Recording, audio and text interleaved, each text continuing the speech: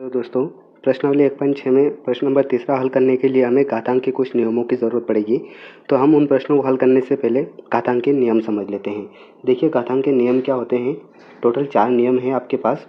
पहला नियम जो है हमारा, पहला नियम क्या है, अगर दो संख्या एक जैसी हैं, कोई सी भी अगर दो संख्या है और दोनों संख्या एक जैसी हैं, लेकिन उनके ऊपर जो घाते हैं वो घाते अलग अलग हैं, है ना। संख्या दोनों एक जैसी है लेकिन घाते उन दोनों की अलग अलग है। तो ऐसी कंडीशन में क्या होता है दोस्तों, संख्या कॉमन आ जाएगी और उनकी जो घाते हैं वो दोनों घाते जुड़ जाएगी, है ना। घातों का जोड़ हो जाएगा और दोनों संख्या कॉमन आ जाएगी। कैसे, देखिए इसका एग्जाम्पल मैं आपको बताता हूँ। मान लीजिए हमारे पास 2 और इसके ऊपर घात लगी हुई है 2 गुणा, फिर 2 के ऊपर घात है 3। यहाँ पर संख्या तो दोनों एक जैसी है ना, दोनों 2 है, लेकिन इनकी जो घातें हैं वो अलग है। यहाँ पर घात 2 है, यहाँ पर घात 3 है। तो ऐसी कंडीशन में क्या होता है दोस्तों, ये जो संख्या है ये हमारी कॉमन आ जाती है।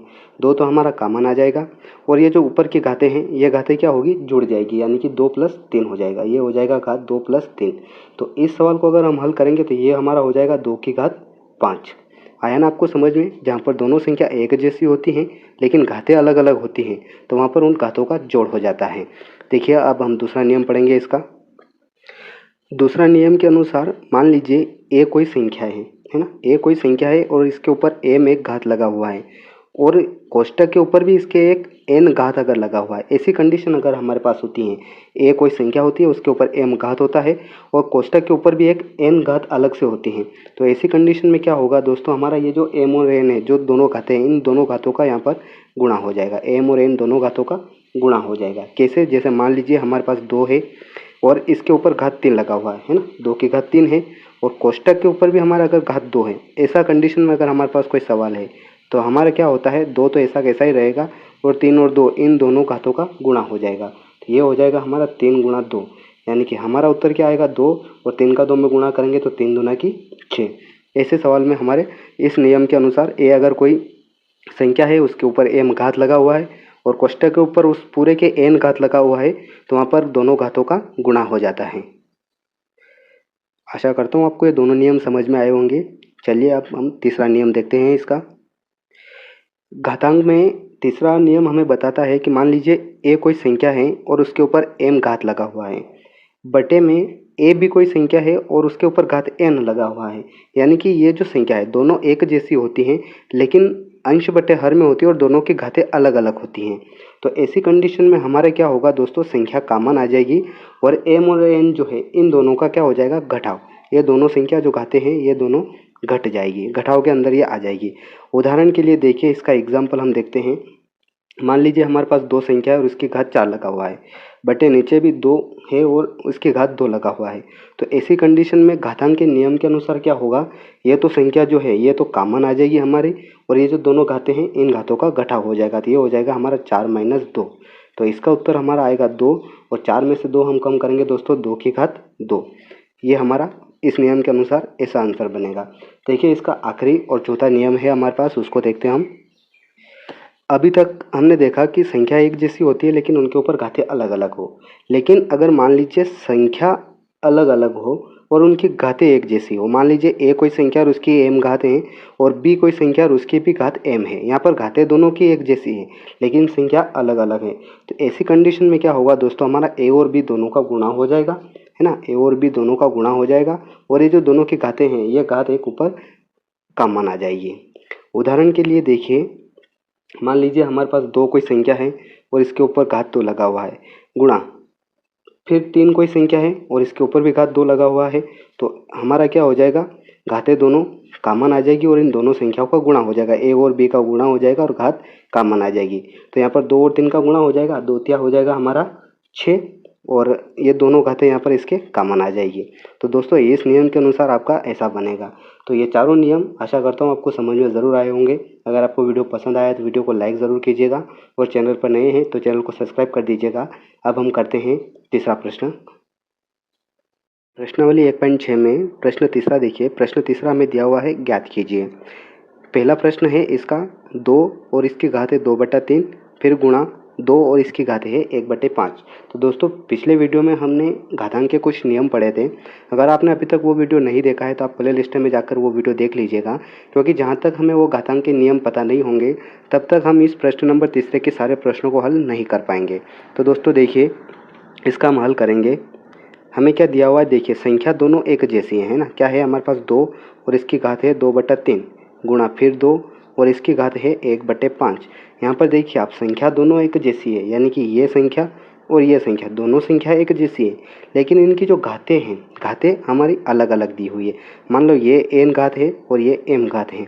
तो दोस्तों ऐसी कंडीशन में घातांक का नियम हमें क्या बोलता है कि जो संख्या होती हैं वो तो संख्या हमारी कॉमन रहेगी, साथ में ये जो इनकी घातें अलग अलग है, ये घातें दोनों जुड़ जाएगी, घातों का यहाँ पर जोड़ हो जाएगा। ये हमारे घातांक का नियम हमें बोलता है। तो इस नियम के अनुसार अगर हम इस सवाल को हल करेंगे तो हमारा प्रश्न कैसे बनेगा, देखिए 2 तो जो है 2 तो हमारा कॉमन रहेगा, साथ में n और m ये जो घातें हैं ये दोनों घातें इसकी जुड़ जाएगी। तो ये हो जाएगा हमारा 2/3 प्लस का 1/5, ये हमारी घातें जुड़ जाएगी। तो देखिए इसको आगे हम हल करेंगे तो 2, 3 और 5 का हम एलसीएम लेंगे। 3 और 5 का एलसीएम होगा हमारा 15, है ना। 3 और 5 का एलसीएम 15 आएगा। अब 3 में हम 15 में भाग करेंगे 3 से तो 5 बार जाएगा। फिर 5 का 2 से गुणा करेंगे तो ये हो जाएगा हमारा 5 दूना 10, प्लस का चिन्ह है तो प्लस। फिर 5 का हम 15 में भाग करेंगे तो हमारा भाग जाएगा 3 बार, है ना। 5 दिया 15। फिर इस 3 का हम 1 से गुणा करेंगे तो 3 एकम 3। आगे देखिए 2 ऐसा का ऐसा ही रहेगा। 10 और 3 जुड़ जाएंगे, 10 और 3 जुड़कर हमारा हो जाता है 13 और बटे में है नीचे 15। दोनों घातें नहीं कट रही है। तो दोस्तों यही हो जाएगा आपके इस पहले प्रश्न का आंसर। तो दोस्तों आपको ये घातांक के जो नियम हैं, घातांक के नियम आपको याद करने पड़ेंगे। जहाँ तक आपको घातांक के नियम याद नहीं हो वहाँ तक आप इन प्रश्नों को हल नहीं कर पाएंगे। घातांक के नियम से संबंधित जो वीडियो है वो प्ले लिस्ट में मैंने दे रखा है, आप वहाँ पर जाकर वीडियो देख सकते हैं। अब देखिए हम करेंगे अगला सवाल। दूसरा प्रश्न हम हल कर रहे हैं। दूसरा प्रश्न हमें दिया हुआ है 1/3 की घात 3 और इस पूरे कोष्टक के ऊपर भी हमें घात एक साथ दे रखा है। तो देखिए इसका हम हल करेंगे घातांक के नियम के अनुसार। हमें जो दे रखा है पहले हम वो लिख लेते हैं। हमें क्या दे रखा है, देखिए 1 और बट्टे में है इसके 3 की घात 3 और पूरे कोष्टक के ऊपर भी एक अलग से घात इन्होंने 7 दे रखी है।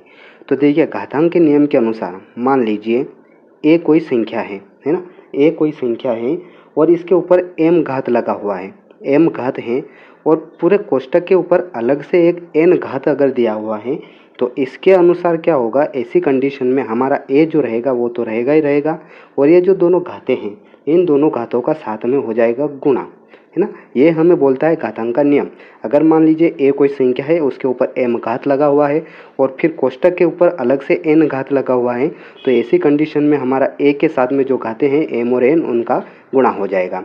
तो देखिए इस नियम के अनुसार अगर हम इसको हल करें तो हमारा सवाल कैसे हल होगा, 1/m यानी कि जो हमारी संख्या है, क्या है हमारे पास संख्या दी हुई है हमें 3, तो ये हो गया हमारा 3, इसकी घात है 3, ये लिख दी हमने घात 3 गुणा साथ में जो n वाली घात है यानी कि ये जो 7 वाली घात है इसका भी यहाँ पर साथ में क्या हो जाएगा, गुणा हो जाएगा, घातों का गुणा होगा। तो ये हो जाएगा 3 गुणा 7, है ना। ये हमने घात का यहाँ पर गुणा कर लिया।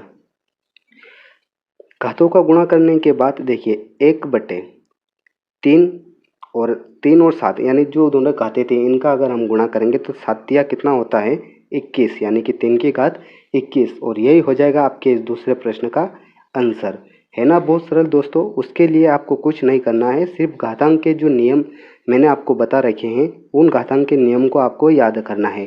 घातांक के नियम जहाँ तक आपको याद नहीं होंगे वहाँ तक आप इन सवालों को हल नहीं कर पाएंगे। देखिए अब हम करते हैं तीसरा प्रश्न। अब हम प्रश्न नंबर तीसरा हल करेंगे। प्रश्न नंबर तीसरा हमें जो दिया हुआ है वो है 11 की घात 1/2 बटे 11 की घात 1/4। यहाँ पर देखिए ये सवाल जो हमें दिया हुआ है बहुत ही आसान प्रश्न है। जो दिया हुआ है हमें, देखिए मान लीजिए कोई संख्या है ना, 11 है, मान लीजिए ये संख्या हमें दी हुई है, इसकी घात है 1/2 बटे में फिर 11 ही है हमारे पास और इसकी घात है 1/4। तो यहाँ पर देखिए घातांक का जो नियम है, घातांक का नियम यहाँ पर लगेगा।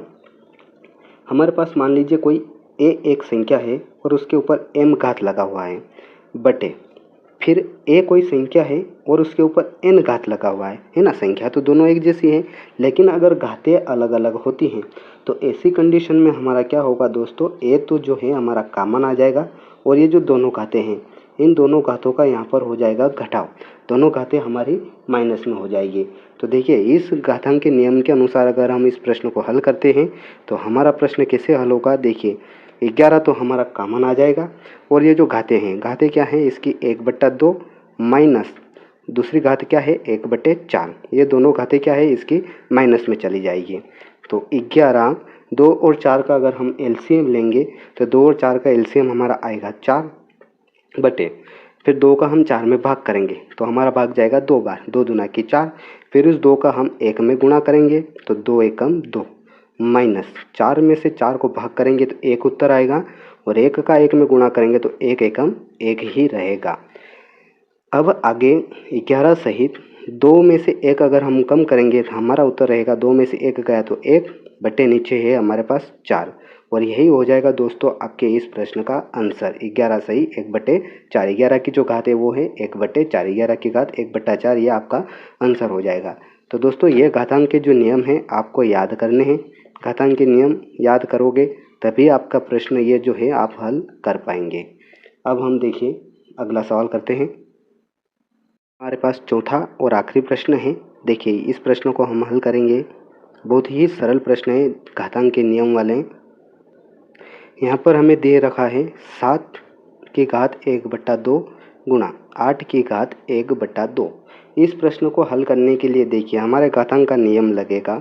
मान लीजिए ए कोई संख्या है और उसकी घात n है और उसका गुणा मान लीजिए बी कोई संख्या है और उसकी भी घात n है। इसी कंडीशन में अगर हमारे पास कोई सवाल होता है तो घातांक के नियम के अनुसार क्या होगा, ए और बी का गुणा हो जाएगा और जो हमारी घात है वो घात कॉमन आ जाएगी। तो देखिए यहाँ पर इस प्रश्न में यही नियम लग रहा है हमारा।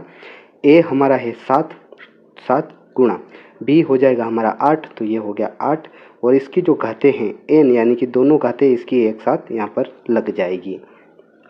अब इसका अगर हम गुणा करें तो 7 का गुणा 8 में करेंगे तो 7 8 56 और घात कितनी है 1/2 और यही हो जाएगा दोस्तों आपके इस चौथे प्रश्न का आंसर।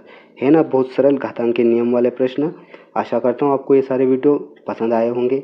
अगर आपको हमारा वीडियो पसंद आया है तो वीडियो को लाइक ज़रूर कीजिएगा और चैनल पर नए हैं तो चैनल को सब्सक्राइब ज़रूर कर दीजिएगा।